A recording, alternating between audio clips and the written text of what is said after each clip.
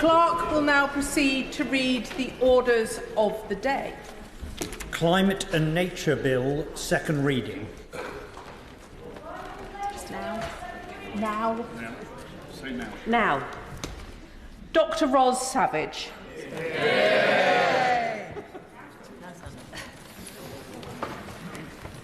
Madam Deputy Speaker, I beg to move that the bill now be read a second time.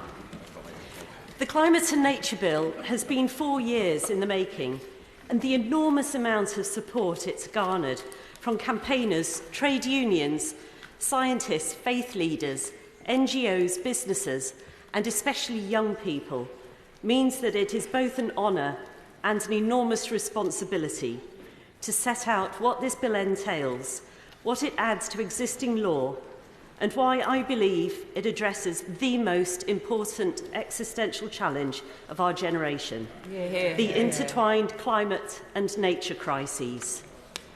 This country has signed up to various international commitments, but we still have work to do to fully connect them to real and measurable action. We need to close the ambition gap between what is needed and what is promised, and the delivery gap between what is promised and what is actually happening. And that is what this bill aims to do, because too many metrics are still heading in the wrong direction.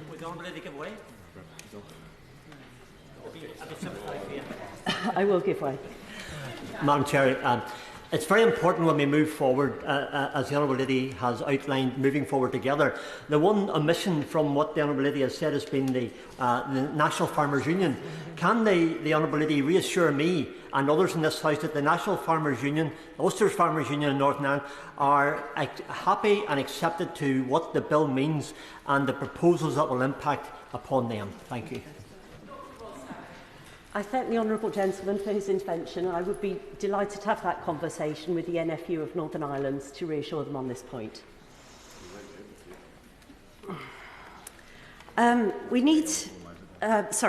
As an environmental campaigner for the last 22 years, it has sometimes been easy for me to fall into doomism. Wildfires have ravaged Los Angeles, floods have devastated Valencia, and the recently elected leader of the free world is urging us to drill, baby, drill in the name of making America great again. But I don't believe that doomism is helpful. Yes, the best time to take bold action on climate and nature would have been 50 years ago, but the second best time is now. This bill is very ambitious for a private member's bill, but not ambitious enough for a climate and nature bill. And it's not trying to be. It's not pretending to be a silver bullet, but it aspires to answer the question, from where we are now, what is the right next step to take? The bill's guiding principle is that we have a duty to be good ancestors. Now that we know what we know about the impact that human activity is having on the livability of our planet, how do we strike the right balance between present and future thriving? How do we make sure that we're not stealing health, wealth and well-being from generations not yet born? While we enrich our lives, how do we ensure we don't impoverish future lives? What do we want our legacy to be? A world with a strip mine next to a rubbish tip next to a shopping mall? Or a world of clean air and drinkable rivers, regenerated soils and vibrant oceans, teeming with wildlife and alive with birdsong? As I speak these words, I'm looking around to spot my three young friends in the gallery, Polly, Amber and Bobby from Gloucestershire Youth Climate Group. I spoke to their group very recently and also by chance bumped into them on the train into London this morning. When I was their age, I was blissfully ignorant of the looming environmental crisis. They don't have that luxury. They and the rest of their generation will face the consequences of our choice here today. I want to be able to look into their eyes after today's debate and feel proud that this House rose to the challenge, that we did what was necessary rather than what was politically expedient, and that we pledged to protect their future. So, what is in the Climate and Nature Bill? This bill has been drafted by world-leading climate scientists, ecologists and conservationists, and aims to deliver an integrated plan to tackle the twin crises of climate and nature. It would bring massive benefits for local communities, including my constituents in the South Cotswolds, improving the air we breathe, giving us clean water to drink, swim and row in, revitalising local populations of cherished wildlife like voles, otters, kingfishers and shrews, cheaper energy bills, warmer homes, green jobs, better food and healthier lives. The bill would create a joined-up strategy for the UK to tackle these interconnected climate and nature crises together, and is the only proposed or actual piece of legislation to create that link between the UK's responses to climate change and nature loss. We cannot solve one without also tackling the other. And we risk making each crisis worse if they're tackled in silos. So the bill supports a whole-of-government approach to prevent these issues becoming siloed. Everything in nature is connected with everything else in nature. Sadly, not everything in government is connected with everything else in government, and it needs to be. Clearly, housing, transport, even health has an interrelationship with climate and nature, so we need a strategy that transcends departmental boundaries. The CAN bill would also enshrine international commitments made by the UK into national legislation to cut emissions and to restore nature by 2030, as outlined in the Global Biodiversity Framework. The bill would bring the UK public along with this agenda via a Climate and Nature Assembly, which is key to ensuring that all voices from across our country are heard, and that workers can transition to low-carbon jobs and vulnerable communities are protected. And it provides for a fair and just transition that doesn't come at the expense of the rest of the world. For centuries, Britain prospered by exploiting resources overseas, animal, vegetable, mineral and human. The bill requires the accounting for our environmental footprint to be honest, to take into account the carbon emissions and impacts on nature that are incurred overseas in producing the goods and services that we enjoy. It is disingenuous to offshore most of our manufacturing and then congratulate ourselves for having reduced our environmental impact. Yeah. And I'm delighted to say that the bill has a long history of being supported by the party that is now in government. I trust that their ecological concern while in opposition has survived their transition into power, as they are now in a position to act on their pledges. Members on the benches opposite may try to tell you, Madam Deputy Speaker, that His Majesty's government is already doing everything that is in the bill. But looking at the metrics, we are still far adrift of where we need to be. Ultimately, our future will be determined not by our strategies and intentions. Nature cares only about results. The Office for Environmental Protection published their progress report on the government's environmental improvement plan recently. It found that the government is largely off track in achieving its legal environmental commitments. Now, I acknowledge, of course, that this government has only been in power for less than 7 months, so I certainly do not hold them entirely responsible for this state of affairs. But I struggle to see how expanding our airports by approving 2 new runways is going to help them get back on track. The OEP assessment shows that on their current trajectory, the government will meet only 4 of its 40 environmental targets. The State of Nature Report 2023 showed that nearly 1 in 6 species are at risk of being lost from Great Britain, and the UK now has less than half its biodiversity remaining. Out of the wildlife habitats assessed, only 1 in 7 were found to be in good condition. Only 1 in 14 woodlands and a quarter of peatlands were in good ecological state. None of the seafloor around the UK was in good condition. Just 44% of woodland is sustainably managed, and only half of fish stocks are sustainably harvested. So, in my view, the government needs to prioritise 3 things. Firstly, support for nature-friendly farming. Around 70% of land in England is used for agriculture. Supporting farmers to manage their land in a nature-friendly way will deliver significant environmental improvements at scale. DEFRA's own evidence... Yes, I will give way. Thank the Honourable Member for giving way. The key stewards of our landscape for hundreds of years are our farmers, and no one has done more to make our countryside as beautiful as it is today, and no one has a bigger stake in protecting its health for the future.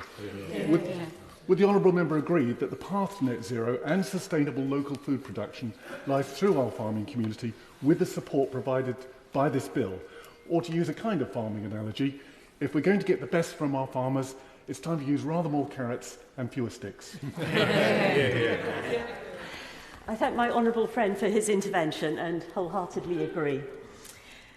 DEFRA's evidence reports show that nature-friendly farming schemes can be a major pathway for first halting and then reversing the decline in species abundance, as well as delivering the majority of habitat creation needed to meet the UK's government nature and climate targets. Would you give way? I will give way. I thank my honourable friend for giving way. She's making a very powerful speech, and I congratulate her on bringing forward this important piece of legislation. Many farms in Glastonbury and Somerton, like Camel Hill Farm in Sparkford, whose focus on regenerative farming has improved soil quality and nature loss across the farm. But, however, the farming budget has seen a real terms funding cut after inflation since 2007, leaving reduced support of farmers trying to restore nature and reducing their agriculture. Order! If we're going to get members in today, and we can all see how many are here, then interventions will have to be short, not pre-prepared speeches. There's plenty of time for those who have put their names down to speak rather than use up the honourable member's time in her opening. Dr Ros Savage. I thank my honourable friend for her intervention and applaud her for her work as an effective spokesperson on behalf of the farming community. Beg your pardon. In fact, my honourable colleague preempted what I was about to say. Farmers should be properly rewarded for restoring soils, planting hedgerows and reducing pesticide use, with an expanded nature-friendly farming budget at the upcoming Comprehensive Spending Review.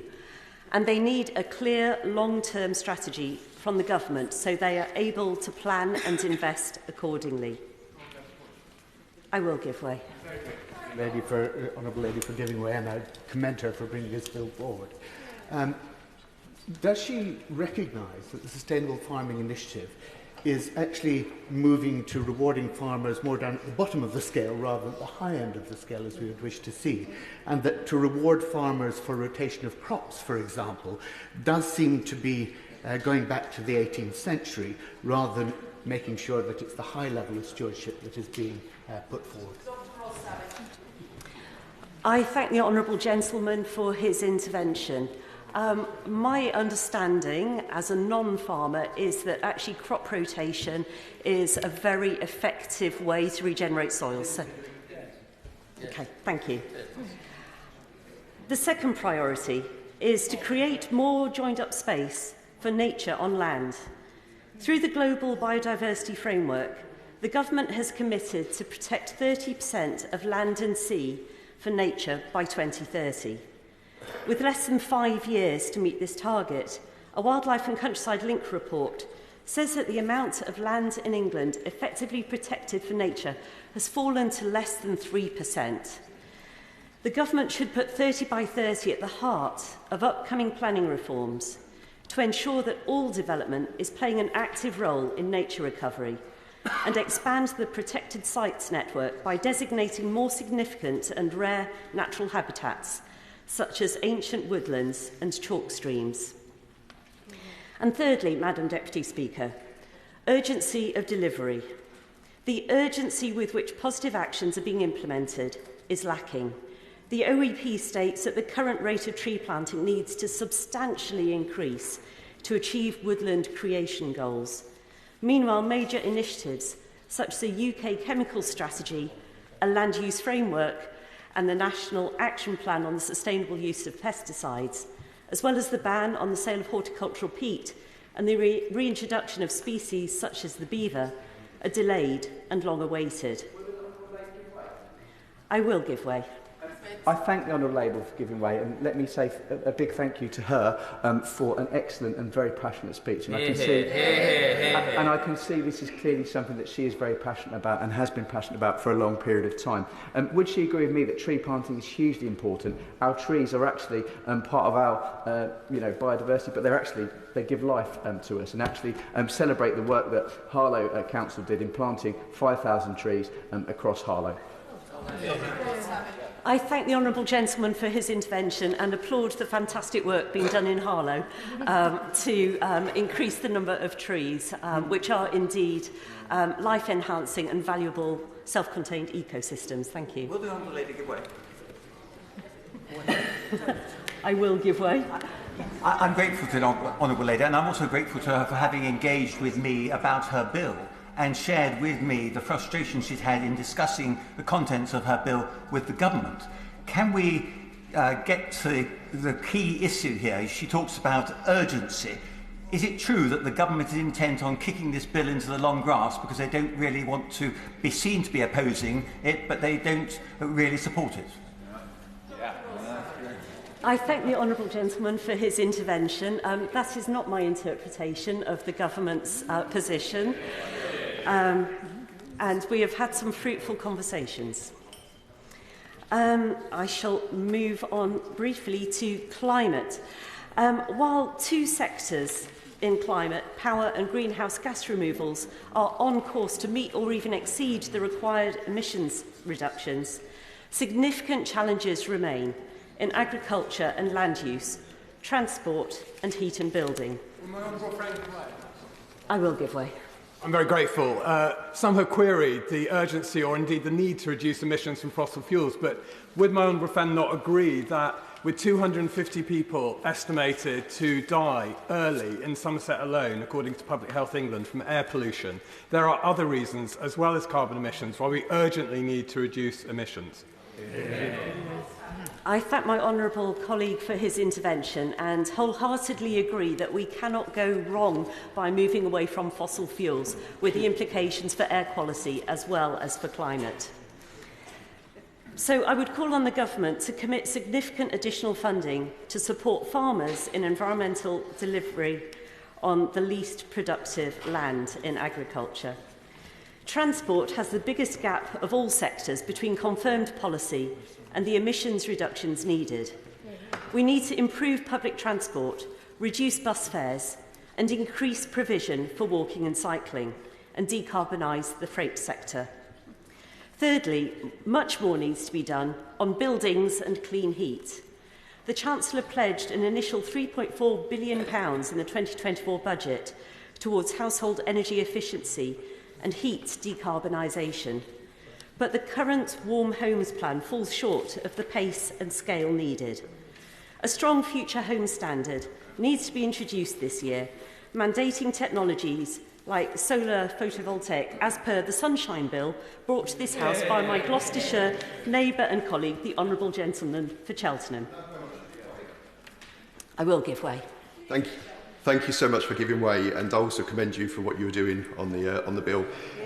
In terms of housing and properties in the future, we often focus on the energy, but in terms of water in particular, would you also agree with me that it's important to focus on rainwater harvesting and what can be done in that sense too? I thank the Honourable Member for his intervention and very much agree that it is the right thing to do. To be much more intelligent of our use in water, which both reduces the demand for clean water and also reduces the amount of runoff in increasingly heavy rainfalls as climate change kicks in. But for me, the most significant addition that this bill makes to the existing strategy is its joined-up approach.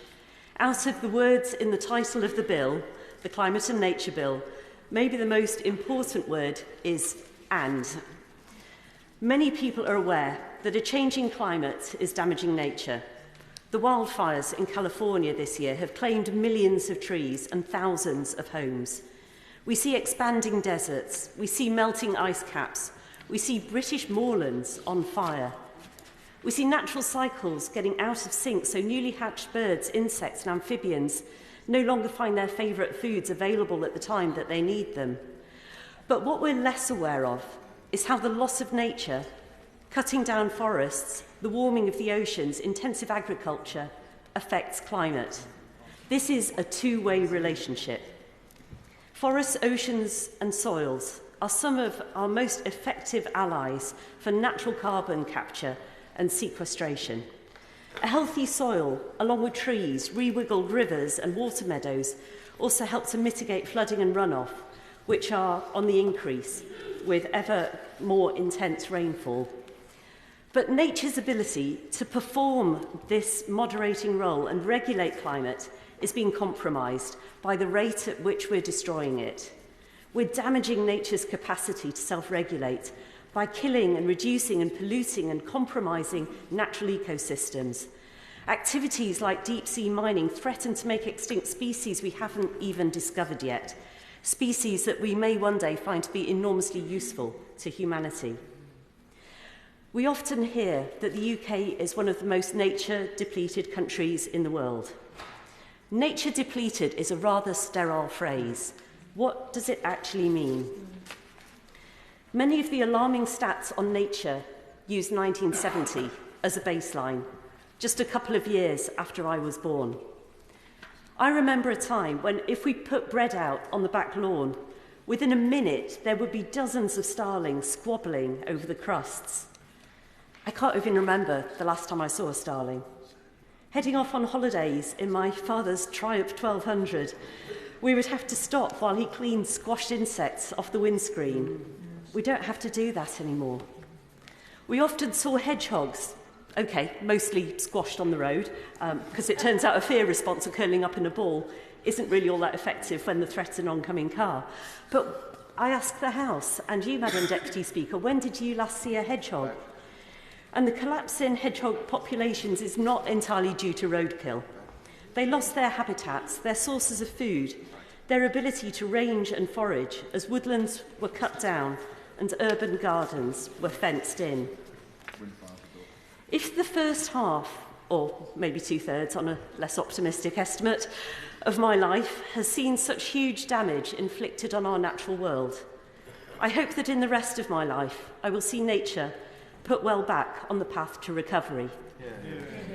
One of my team members is expecting a baby in May, and I would like to commit to Poppy's future daughter that by the time she's 5 years old, we will have halted the degradation of nature and at least 30% of land and coastal waters will be protected.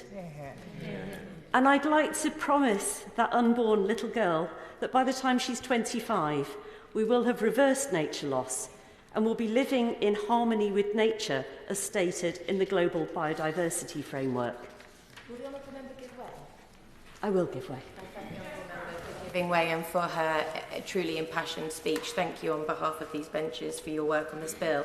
Chichester Harbour has lost 58% of its salt marsh since 1946, which is the equivalent of 3 football pitches every year. Does the Honourable Member agree that this needs to stop, not yesterday, but today, to make sure that it's protected for future generations to come, because it's a national landscape and a scientific site of special interest as well?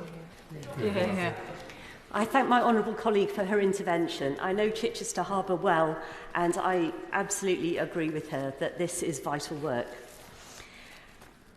There is hope. Nature is enormously resilient and has an amazing capacity to regenerate when we give it a chance. The RSPB's appropriately named Hope Farm has demonstrated that food production can coexist with benefits to wildlife.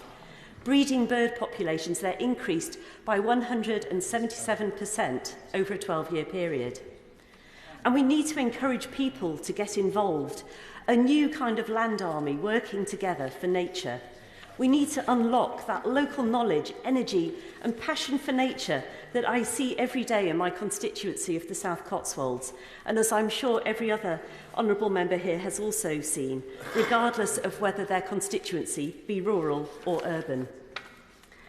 One of my especially passionate constituents, Jonathan Whitaker, put together The Shroud for Nature, an art piece made of 13 double bed sheets covered with heartfelt messages about the Climate and Nature Bill. I've chosen a few of the messages from this piece to read out today. Care for the planet, not just for this generation, but the next ones. It's your responsibility to make sure I have a home. I am 12 years old. We all come from nature. By destroying it, we are destroying ourselves. When will those in power listen and commit? No nature, no us. What you do today will change my life forever. That's from William, 10 years old. We have the solutions, we have the skill. Are we willing to make the change? Leave politics aside, make changes for humankind. And now we have a little poem dedicated to the Secretary of State for DEFRA. The Secretary of State, Steve Reed, do us a good deed. I appreciate the Honourable Lady's quoting from a poem, but we don't refer to... when I'm on my feet, please sit. We don't refer to honourable and right honourable members by name in the chamber. I appreciate she's quoting from a poem, but please can we make sure that the courtesy of the House are observed? It's not going to rhyme. It won't rhyme. I thank you. As the poem will no longer rhyme.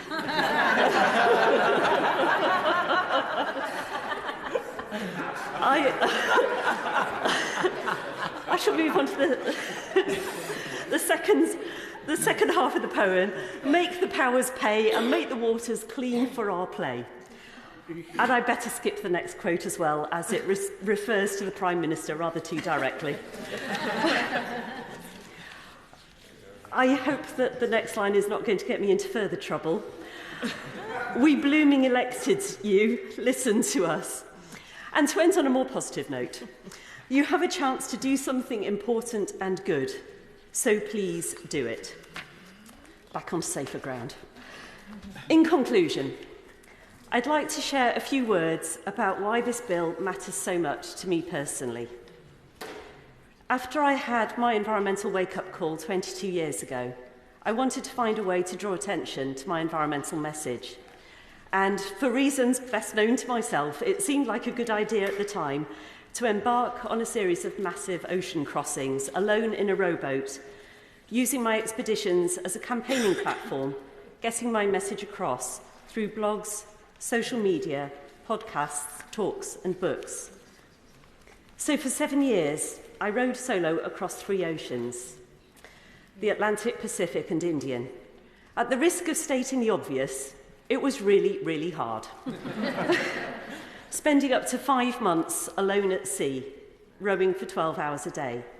And what really kept me going was my sense that our environmental crisis is literally the most important issue on the face of the planet. I learned a lot on the ocean, and I'd like to share 3 of those insights that seem relevant here. First, the Earth is surprisingly small. I managed to row across a large portion of it at something less than walking speed in just 520 days and nights. Yet this small blue dot is now having to support 8 billion of us and our ever-increasingly materialistic lifestyle, with all the extraction, pollution and waste that entails. Secondly, nature is incredibly powerful. There is nothing quite like being alone in a 7-metre rowboat in the middle of a storm to make this point very apparent. We might think we have nature tamed, but we don't. The recent wildfires, floods and other not-so-natural disasters have made that very apparent. Even movie star wealth has not been enough to save homes from the flames. As a species, we've only been on this earth for the blink of an eye, but we've transformed it out of all recognition. We've gobbled our way through its resources in a way that is by any definition unsustainable. There are laws of humans and there are laws of nature. Whether or not this bill makes it into human law, for sure the laws of nature will ultimately prevail. And thirdly, on my journeys, I saw the human face of climate change. When I stopped at the Republic of Kiribati on my way across the Pacific, I had lengthy conversations with the President. With only one point of land more than 6 feet above sea level, his island nation is in existential risk. Later that same year, I saw him at the COP15 in Copenhagen, just as the talks had fallen apart. Even now, we are still not on track to save the Republic of Kiribati.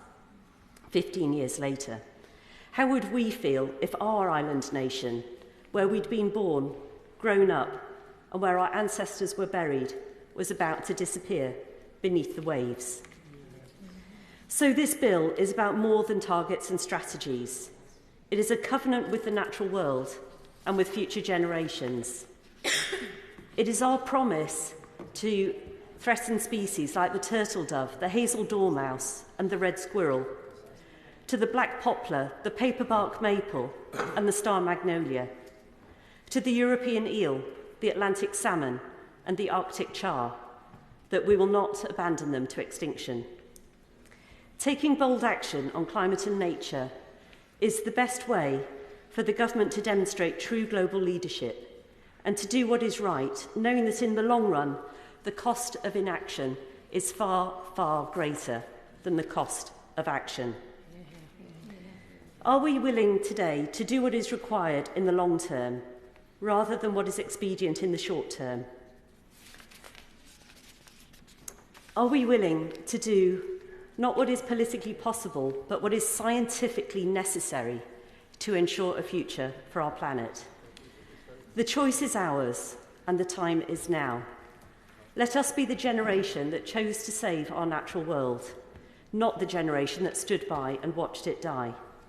For nature knows no borders. It does not recognise our political divisions. It's time to write a new chapter in our nation's story, one where we finally understand that in saving climate and nature, we save ourselves.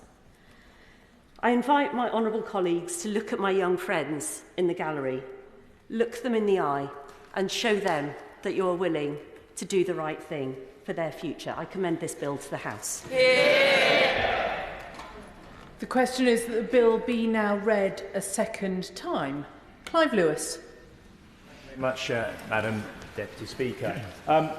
First of all, can I thank the honourable member who's sponsored this bill for the hard work that she has done to get to this point. I believe it has been a baptism of fire in proceeding with this, and I think many people on both sides of the House would like to thank her for what she has done in getting this bill once again back here before the House. I'd also like to thank the Zero Hour campaign, or the Climate and Nature Bill campaign, as it's sometimes been called, all the campaigners, all of my constituents who've never given me a breath or pause to tell me to get here today, to be here again, to vote for this bill. I'm sure many members have also experienced that. I will give way. I thank him for giving way. Does he think that those members of this House who, before they became members of this House, campaigned in support of this bill and agreed to vote for it, does he think they should be here today and should be voting for this bill? I thank the honourable member for his intervention. Of course, we all understand that Thursdays and Fridays are very difficult days for members to come here.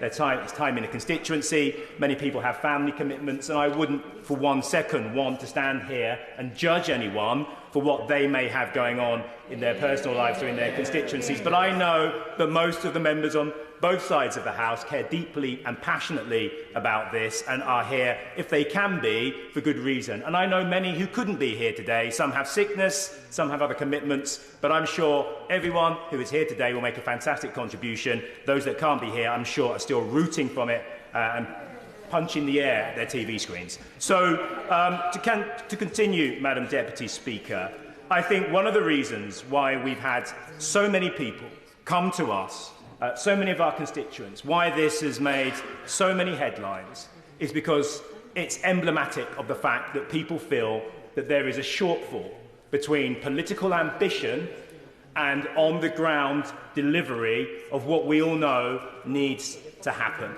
And, you know, many people may be critical of my own government in its first 6 months and some of the things it's done, and I may come on to that in a minute. But what I would say is it's doing a lot better than the government before. Now, I accept that is a low bar, which you would have difficulty limboing under. It's so low. But nonetheless, that's the bar. We are doing better than them. But I think many on this side understand we have far more to do, much more to do, a lot further to go, and I believe this government will. There will be a debate, there will be discussion, and I will be part of it, as I'm sure many members on this side and both sides of the House will be. But we cannot get away from the fact that in this country, across the world, there is a growing concern at what is happening to the natural world. Today, we have a weather bomb off of our coast. I've never heard of that before in all of my 50-something years. I've never heard of it. And yet, that is something which we all know in our hearts is something that has come about because of the climate and ecological crisis. We know that we're seeing this more and more often. We understand that we're heading potentially into a dystopian future where food crises, water crises are going to become more and more frequent. We can already see the impact of climateflation, as economists are now calling it. That stubborn inflation where the basic staples of life, food, water, are increasingly becoming more costly. Many people increasingly becoming priced out of being able to buy and purchase the basic food staples they need. That has an impact on central banks and their duty, as we have given them that political obligation, economic obligation, to try to tackle inflation, this stubborn inflation that won't go away. The fact that we can't seem to get growth in our economies. This is the climate crisis. This is what it looks like. We were warned about it by Stern decades ago. Well, it's here. It's here now.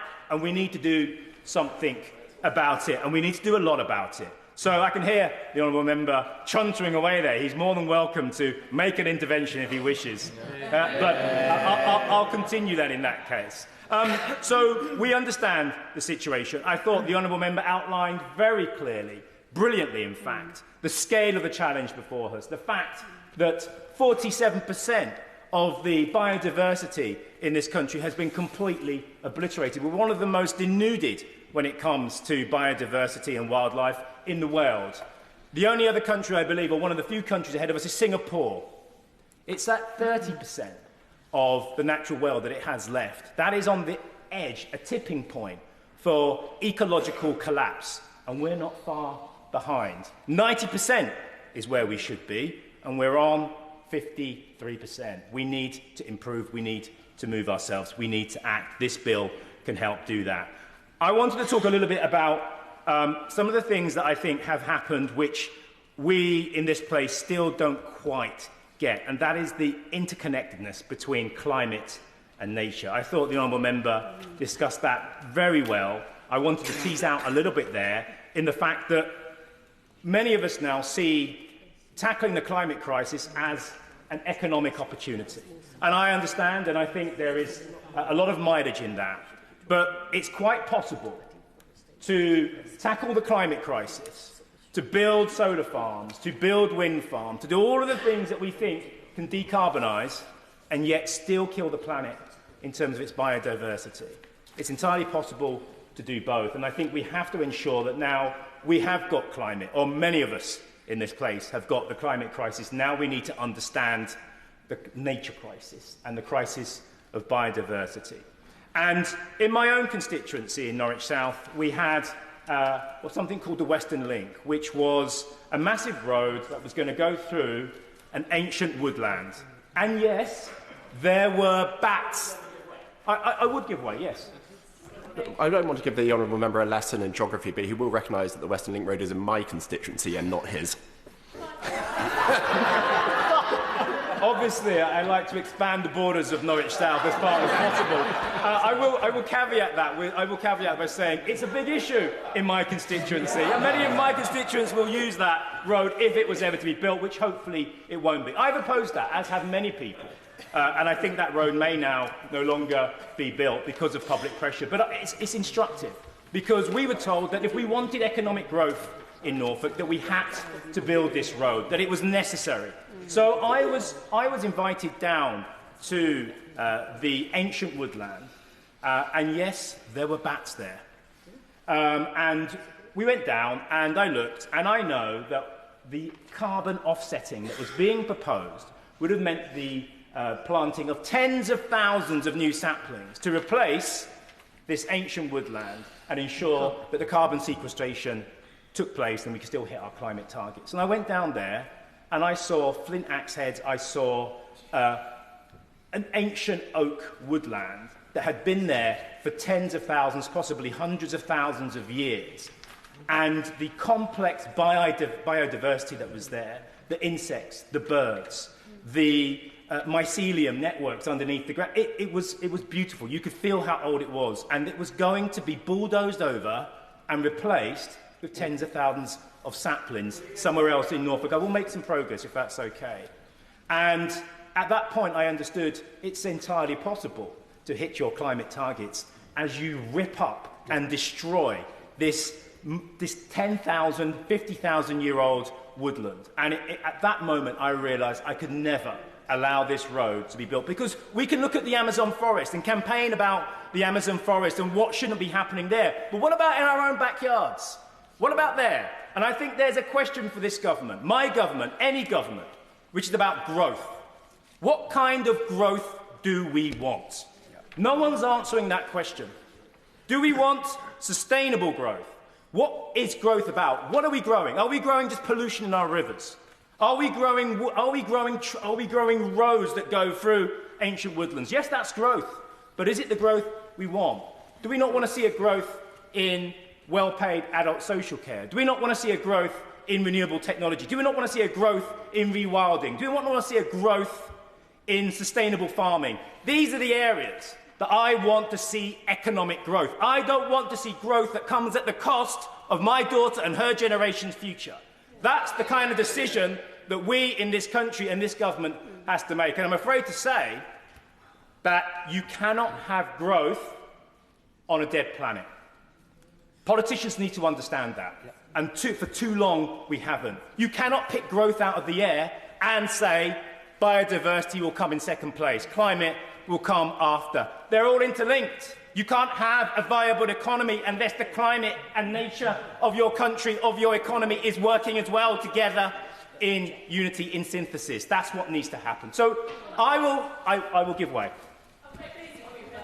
For giving way. I agree with his point that the question about what kind of growth we want. Would the honourable member agree with me that if the government were to proceed with expanding Luton Airport, as rumours suggest, that would both fly in the face of advice from the government's own climate experts and economists who say this would not deliver the kind of growth that airport expansion used to do? Thank the honourable lady for intervention. Great pun there, flying in the face. I see what you did there. Very good. Look, I will be very clear. This is obviously a decision that hasn't been taken. I, for one, do not believe that it is compatible to have expansion of aviation at these airports. There's 4. There's London, that's already been agreed, Luton, Gatwick and Heathrow. There are some choices that need to be made here. Aviation benefits. There are many of my constituents that cannot afford to fly.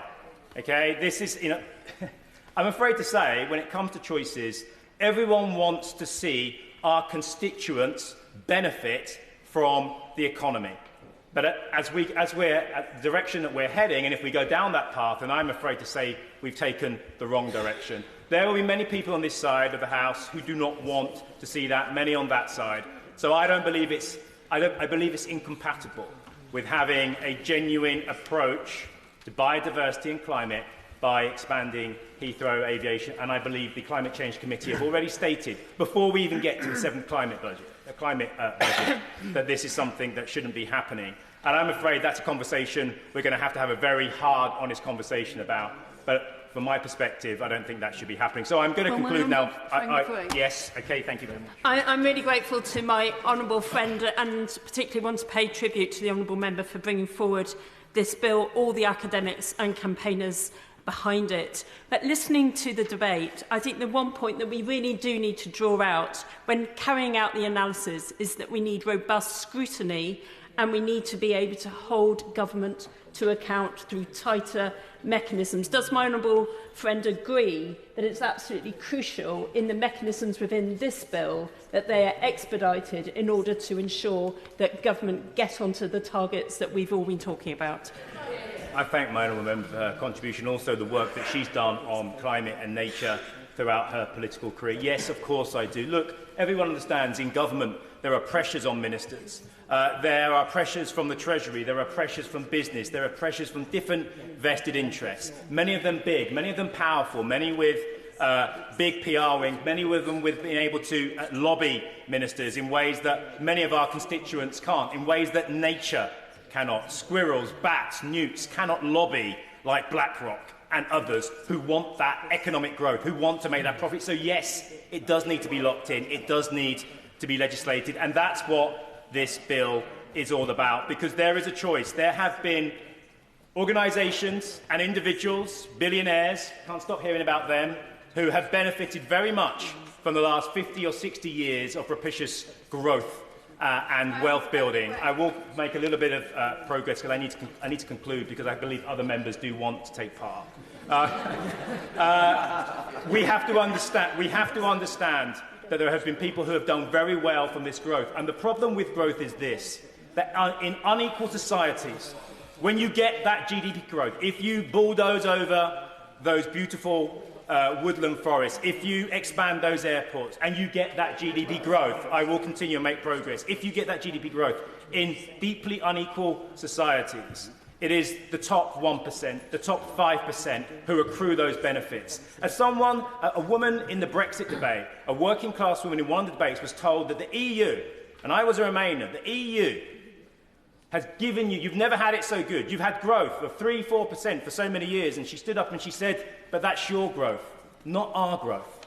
And this is what I'm talking about. If we want to have a sustainable economy, a sustainable biodiversity, if we want to actually protect nature, to do what's right, to ensure that future generations have something to live in, have food security, water security, then we need to make sure that this bill or something like it becomes law, and we need to make sure that we, on this side, do the right thing when it comes to climate and nature and what our constituents want to see. Thank you very much, Madam Deputy. Sir Roger Gale.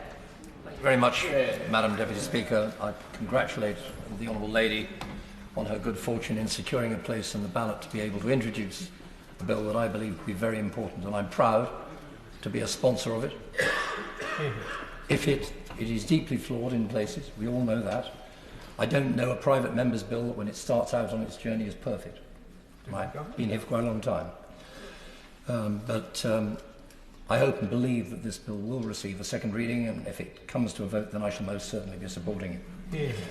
Madam Deputy Speaker, old men can bore for Britain, and as the grandfather of the House, I'm probably just as capable of that as anybody else in this place. No! No! Withdraw!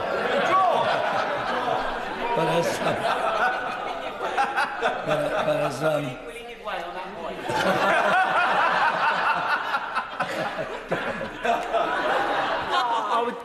I thank him for giving way, and I'd just like to put it on record that he is not boring the House. Give me time, young man.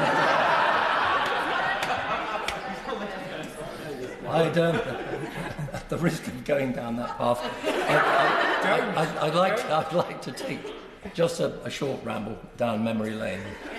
I was brought up in Poole in Dorset. Yeah. My grandparents' house had a lilac tree in the garden. In flower, it was smothered in red admirals, in peacocks and tortoiseshells, in all manner of butterflies. And the garden at night was full of moths. These days, you're lucky if you see a cabbage white.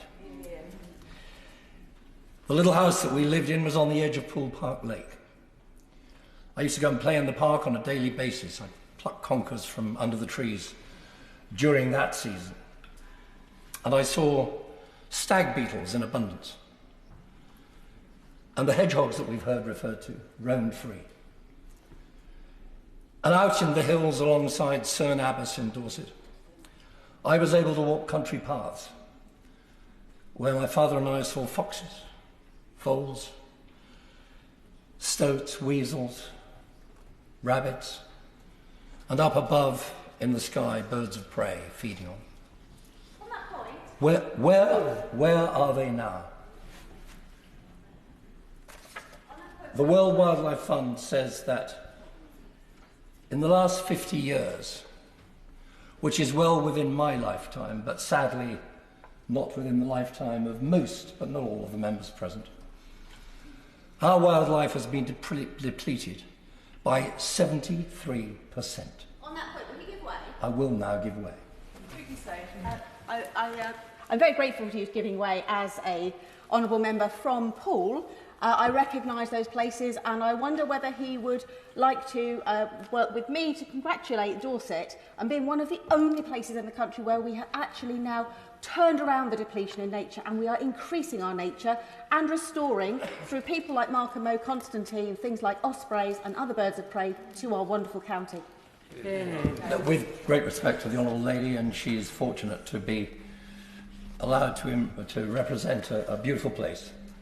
The Poole as I know it is not the Poole as she now knows it. Even in the town, never mind in the countryside. And while one or two places like Branksea Island, to give it its proper name, may have improved, and the undergrowth, the overgrowth was taken down about 20 years ago in a fire, nevertheless, a lot of our national habitat has been lost, and that is the point that I'm trying to make now. Madam Deputy Speaker, I am blessed with 5 grandchildren. Additionally, I have 5 surrogate Ukrainian grandchildren. And I have 1 infant, the daughter, Florence, the daughter of 2 of my dearest young friends, who I care about passionately. I want them to be able to grow up in at least some of the world that I knew. And to be able to enjoy the natural environment that I enjoyed, and that's why I'm standing here today. I have no other reason for being here. I believe a lot of that, sadly, is at risk. The planning changes that have been partially announced this week, I assume there will in due course be a further statement in the House. Those planning changes seek to abolish the right to judicial review, effectively. National Grid are planning, in my constituency, to build a monstrosity that is 90 feet high, the size of 5 football pitches, on the Thanet marshes, which they have just discovered are wet, adjacent immediately to a site of scientific natural interest. It will be, if built, a monstrosity, and it will be accompanied by a string of high-powered, high-voltage pylons. If we are denied the right to challenge that, to whom do we look for redress in the future? This country is subsidising, the previous government and this one, are subsidising dracs to the tune of billions of pounds. For why? To transport millions of trees felled and chipped across the Atlantic at God knows what carbon cost, to burn in the interests of some sort of future carbon-free fuel, which of course it is not. Why are we allowing this, and why are we paying for it? The opposition to this bill, which I've already indicated, is flawed and will need amendment. But the opposition has referred to it as ideological rhetoric, an assault upon our individual freedoms, a direct threat to our way of life that will lead to food rationing. One constituent wrote to me and said, only 50% of our food is produced nationally. Why should we be dependent upon importing the other 50%? Well, the answer to that, I'm afraid, lies now on the opposition, the government bench's policies of house building. Because acres of farmland in Thanet producing this year grade 1 agricultural wheat from which bread is made, will in a couple of years' time, if the planners have their way, be growing houses, not food.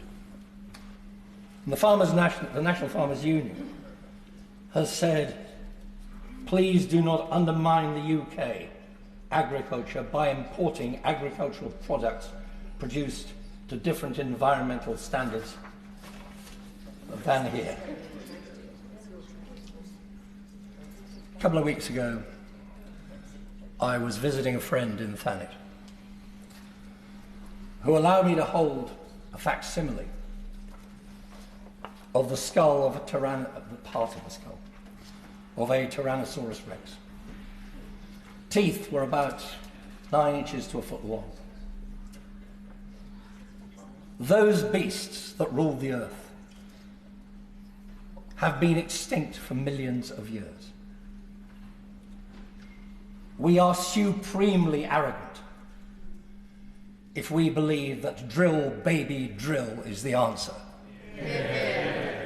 If we believe that we have a right, as somebody who wrote to me said, a God-given right to carbon fuels. A couple of weeks ago, again, there was an exhibition in this house run by the Help Rhinos scheme. They are seeking to defend the black rhino. There is a case that somebody made at that meeting that actually the black rhino could outlive the human race. We are about to become, if we don't listen today, the authors of our own demise. That is why, Madam Speaker, I believe this bill at the very least deserves a second reading. Barry Gardiner. Madam Deputy Speaker, from one old fogey to another, I presume. You said it. I have to say I have never enjoyed a speech by the Right Honourable Member for Herne Bay and Sandwich so much as the one he's just delivered. And he did not bore the House in any way. I pay tribute to the Honourable Lady for introducing this bill. It's had a very long gestation from many members on all sides of this House, but it's good that it should have cross-party support. And the first thing I want to focus on is the importance of cross-party support. Because we had cross-party support in this House for many, many years, following the Climate Change Act in 2008, and it continued really through to about 2015. And it was tremendously important in the progress that we were able to make, but not just that, in the progress that the world was able to make. Because they saw that it was possible for a parliament to come together and to do things that were considered radical in terms of moving ourselves forward against climate change. Unfortunately, that consensus latterly has broken down somewhat, but I think it's important, and I think it's the duty of all members on this House to try and repair that consensus and to build upon it. Because unless we do, we will face the sort of future that the Honourable Lady has outlined and that the Honourable Member who spoke before me has outlined.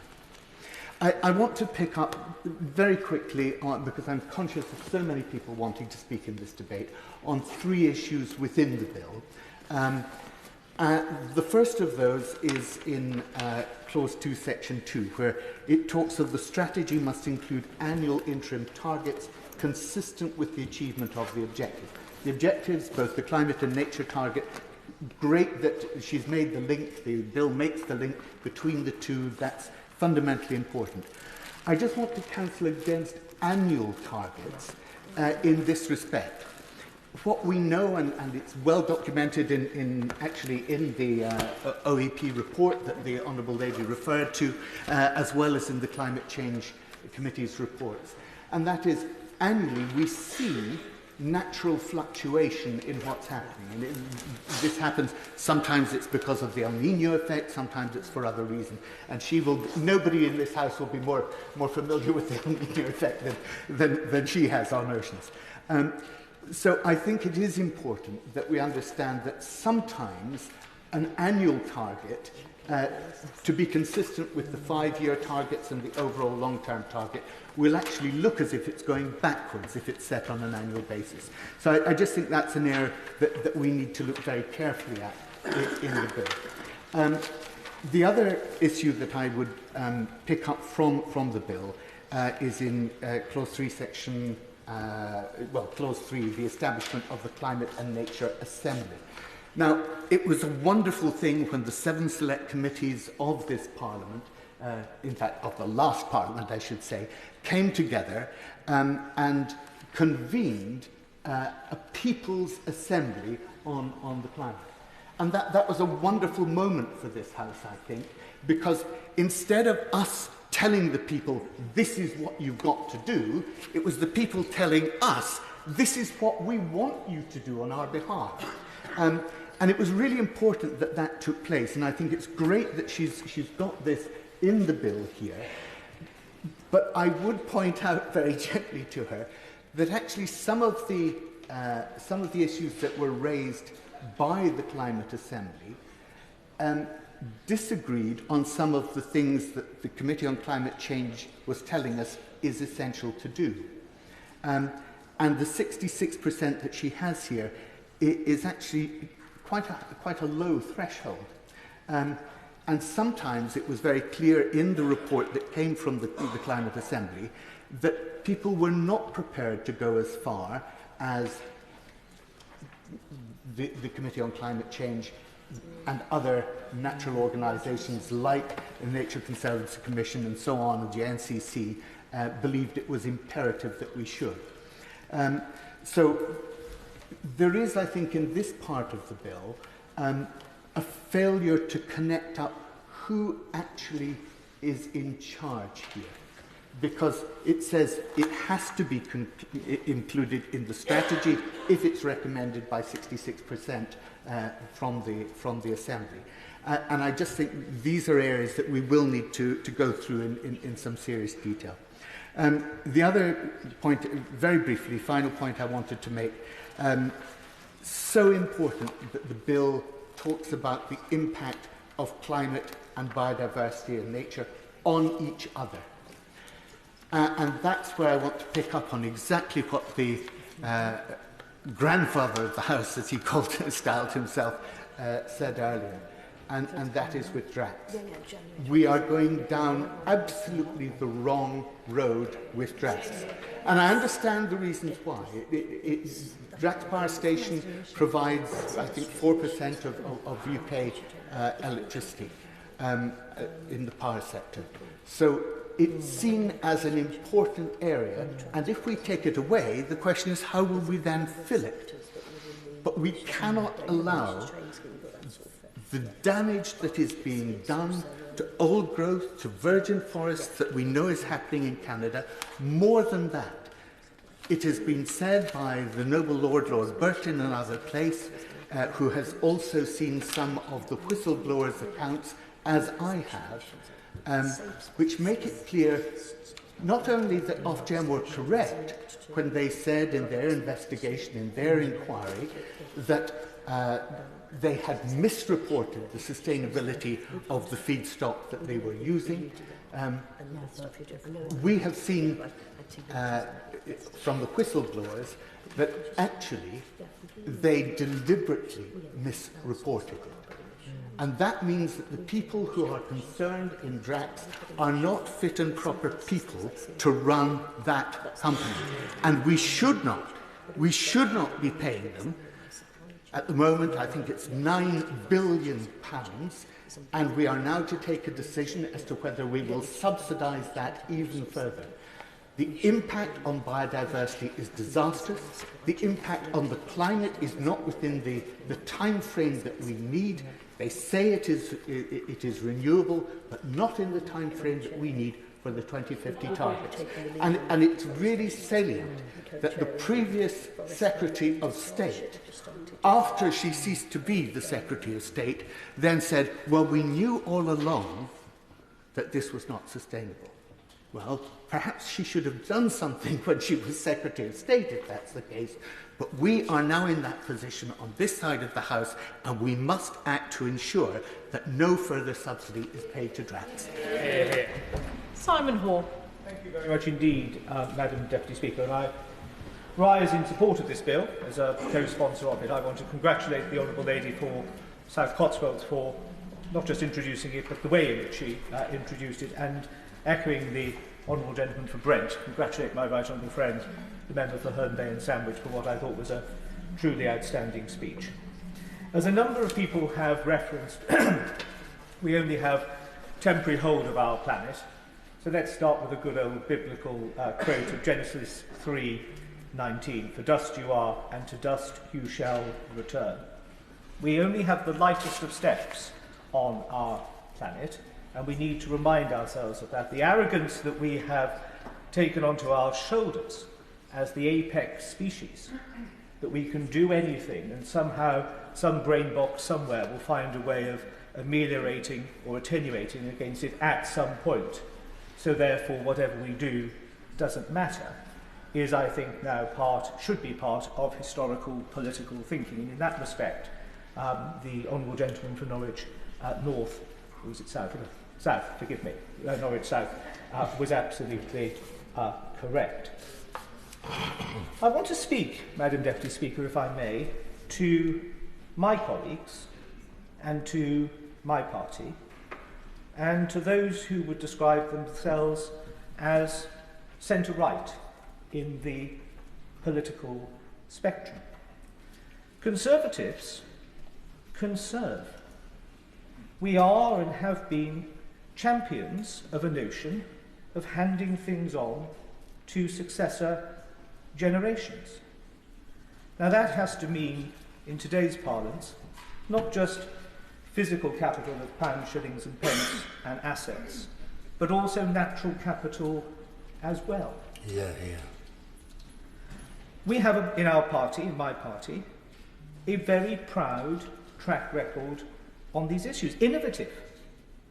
It was Geoffrey Howe's early 1980s budget in response to the issues of acid rain, who sought through the carrot and stick policy to make unleaded petrol cheaper than four-star, thereby driving people, another pun I'm afraid in transport terms, to have catalytic converters. It was my noble friend John Gummer who introduced the landfill tax, the first hypothecated environmental tax in our country. It was a Conservative government that put through the Wildlife and Countryside Act, a Conservative government again that put through the Environment Acts of 1986, 1995. Will the Honourable Member give way? Let me just finish this one sentence. And 2021. The Clean Air Act of 1956, brought through by a Conservative government. Excellent work done by former colleagues in this House. One thinks of Michael Gove, Rebecca Pow and others who took these issues very seriously, made the case, and we legislated. And of course I'll give way to the Honourable Gentleman. I thank the Honourable Member for giving way. He articulately outlined how government legislation can make a positive difference to our environment. Does he agree with me that as well as a relentless focus on housing targets, we should also have targets for amenities and indeed nature and green spaces so that we can achieve lots of objectives and support the aims of this bill? Well, the Honourable Gentleman is absolutely right. And I wanted to echo the point raised by the Honourable Lady for South Cotswolds. I loathe the word or. I like the word and. I'll share with the House that I'm on a particularly stringent January diet. It's slightly working, I think, but there's still a long way to go. But you could ask any member of my family who would say, "Now, Simon, would you like custard or cream?" And my eyebrows would shoot out up at the word or, much preferring and. And the Honourable Lady was right. Climate and nature, two sides of the same coin, a close, interwoven, symbiotic relationship. So I say to the Honourable Gentleman in response to his intervention, and echoing again the Honourable Gentleman from Norwich South, of course we have to have growth, and too often the didacts on both sides of the debate say it's either or. You can either have a biodiverse natural environment and address climate change, or you can have growth. But you can't have both. Well, first of all, it depends what type and kind of policies you pursue with regards to addressing CO2 emissions and the drive to net zero, and also what type of growth one has. And I think it has to be a legitimate anxiety that I'm pretty confident that many people who elected the Labour Party into government believed that they would get that fact, that the definition of growth needed to be reset in order to meet the challenges which we now face. Now, the budget, and I should be charitable, did not quite land as the Chancellor of the Exchequer hoped or expected. And some of the economic indicators are not pointing in the direction which any government would like to see.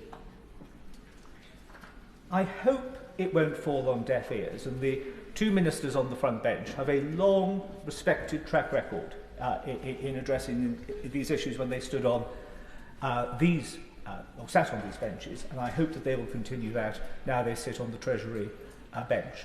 I hope that in order to prove people who are anxious about economic growth and the fact that there doesn't appear to be very much, that it won't just be foot to the floor growth of any type, anywhere, in order just to nudge the figures. It has to be the right kind of growth, and sustainability has to be at its heart. Now, as my right honourable friend, the member for Sandwich and Herne Bay, said, is this bill perfect? No, and I don't think the honourable lady, the member for South Cotswolds, would claim perfection either. Now, my right honourable friend said that he had never seen a private member's bill that was perfect and beyond amendment to improve. I have to say to him, in my coming up to 10 years in this space, I've yet to see a government bill that could be described as perfect and not without the ability to amend in order to improve. But let us not, please, I say to honourable and right honourable friends, let us not sacrifice the desire for the excellent, or sacrifice the good in pursuit of the excellent. We have to make progress on here. Are many of these issues in this bill difficult? Yes. But what do we all usually say to our children? Things which are difficult are usually much more worthwhile seeking to attain than the easy, low-hanging fruit. Will it come with costs? And let us be absolutely frank, we must all be conscious we've come through or are coming through a cost of living crisis where inflation has eroded people's ability to spend, and fuel costs are high. But for those who rather sort of simplistically say, well, we can't afford to do this, now is not the right time in the economic cycle, I say to them with the greatest of politeness, if not now, when? And I say again with the greatest of respect, I do not believe that we can afford not to. Failure to do so would be the longest suicide note in history for our species. There are parts of our coastline which are built below sea level. One thinks of Canvey Island, for example. So this is not just something which is happening elsewhere, for which we should be slightly anxious but not at all concerned. Rising sea levels and other changes will affect us here at home as well. And we just need to be careful in our consideration of that. For those who claim a driving concern about immigration and the need to control immigration, I do not believe in all sincerity that one can divorce addressing the changes to our planet that climate change is introducing, as it's going to be a major spur for our fellow species to pack up belongings, meagre or otherwise, to try and find a place of safety for themselves, for their families, where they're able to grow a bit of food and sustain their lifestyles, meagre as they may be. For those who say, well, hang on a moment, our emissions are not too bad and we've got to look to China and everybody else, pollution does not respect international boundaries.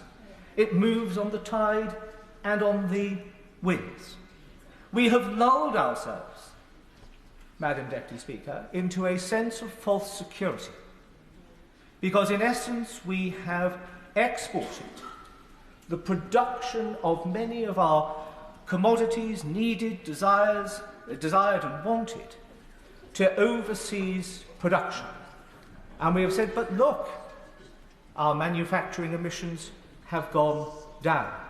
The production of those products is still creating emissions elsewhere. And there are some noble aims contained within the bill that we should think about. To my neighbour from West Dorset, of course. I thank the honourable gentleman for giving way, and as always I find myself agreeing with my Dorset neighbour on a lot of what he says, not least of which the cost of inaction is far greater than the cost of action. And he makes very many good points about the fact that we have outsourced our carbon emissions to places far away. But does he also agree that we often fail to sell the opportunities around tackling climate change, especially for British businesses, on technologies like tidal and wave technology? And actually, we should celebrate the opportunity that when the government talks about growth, there is so much opportunity for growth within this sector, and we should do more.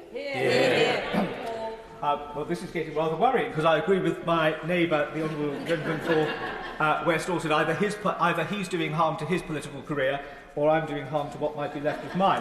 Too late.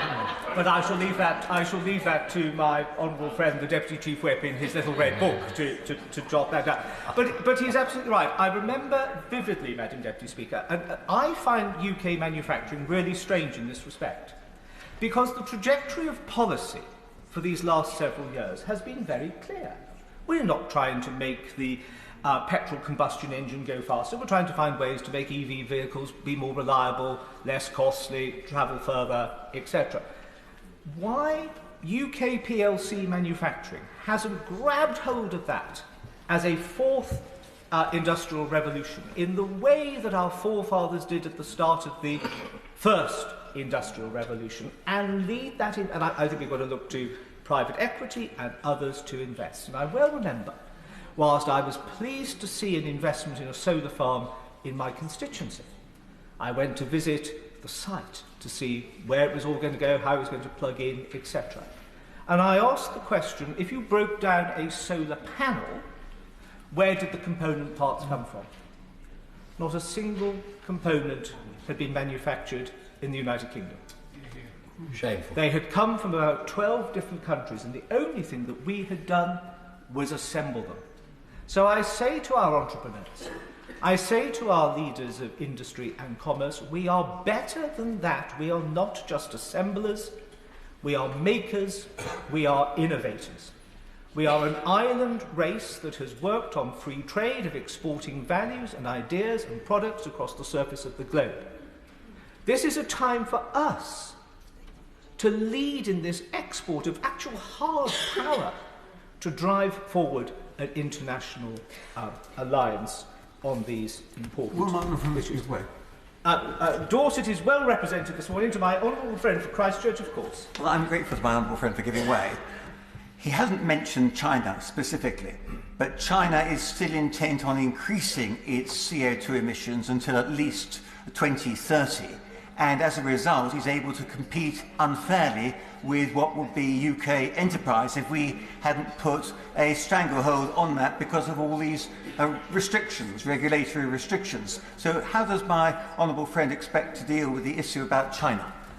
Well, let me respond to my honourable friend by quoting one of his great political heroes, the noble Lord, the Lord Cameron of Chipping Norton, who said, all because we can't do good everywhere doesn't mean we can't do a little bit of good here. And I mean, I understand that. I understand the point that my honourable friend makes. And of course we have to be conscious, Madam Deputy Speaker, of cost differentials and production costs and all the rest of it. But if the rest of the world does something which is to the good, and one or two countries decide not to or go at a slower pace or on a different path, I say to him respectfully, I do not believe that we should just stop, shrug, throw it up in the air and go, oh, well, if not everybody's doing it, why the hell should we? We led the abolition for slavery. Nobody else was. We did it because we thought it was right. We introduced Factory Acts. Nobody else was doing it. We did it because we thought it was right. We introduced votes for women. Did you? Not because everybody else was doing it, not me personally. I'm not as old as him. I've just had a hard life, which gives lie to it all. But we have led. It is what the United Kingdom does. We are not a nation that follows. We are a nation that sculpts and leads and forms and challenges and cajoles and encourages. On that point. She needed encouragement, she's got it. I rarely need much encouragement. Thank you, Madam Deputy Speaker. The honourable member is making a very impassioned speech about the fact that this country has led and the country can continue to lead in this area. He talked about hard power and the fact that the UK is better than just assembling parts. If our country is to be better than just assembling parts, would he agree with me and my Liberal Democrat colleagues that it is absolutely critically urgent that we rip up the red tape that is stopping so many of our homegrown manufacturers from building the climate technology of the future because of the trade barriers that exist with our EU neighbours? Well, the Honourable Lady is pushing on an open door. I mean, I have to say that I think that there is much merit in the trade and cooperation agreement that we have with the European Union. That should never have been seen as an event, but an evolutionary process responding to events in a pragmatic and sensible way, whilst always maintaining the integrity of the result of the Brexit referendum. She and I were on the same side in that debate. We lost. We have to now play the hand of cards that we've been dealt. Madam Deputy Speaker, I just want to end just before the statement begins, rather than delay the House, but though I will try. I've received some emails describing me as a dangerous radical, Stalinist. I have to say, Madam Deputy Speaker, I have been called many things in my time, but a Stalinist dangerous radical was new to me.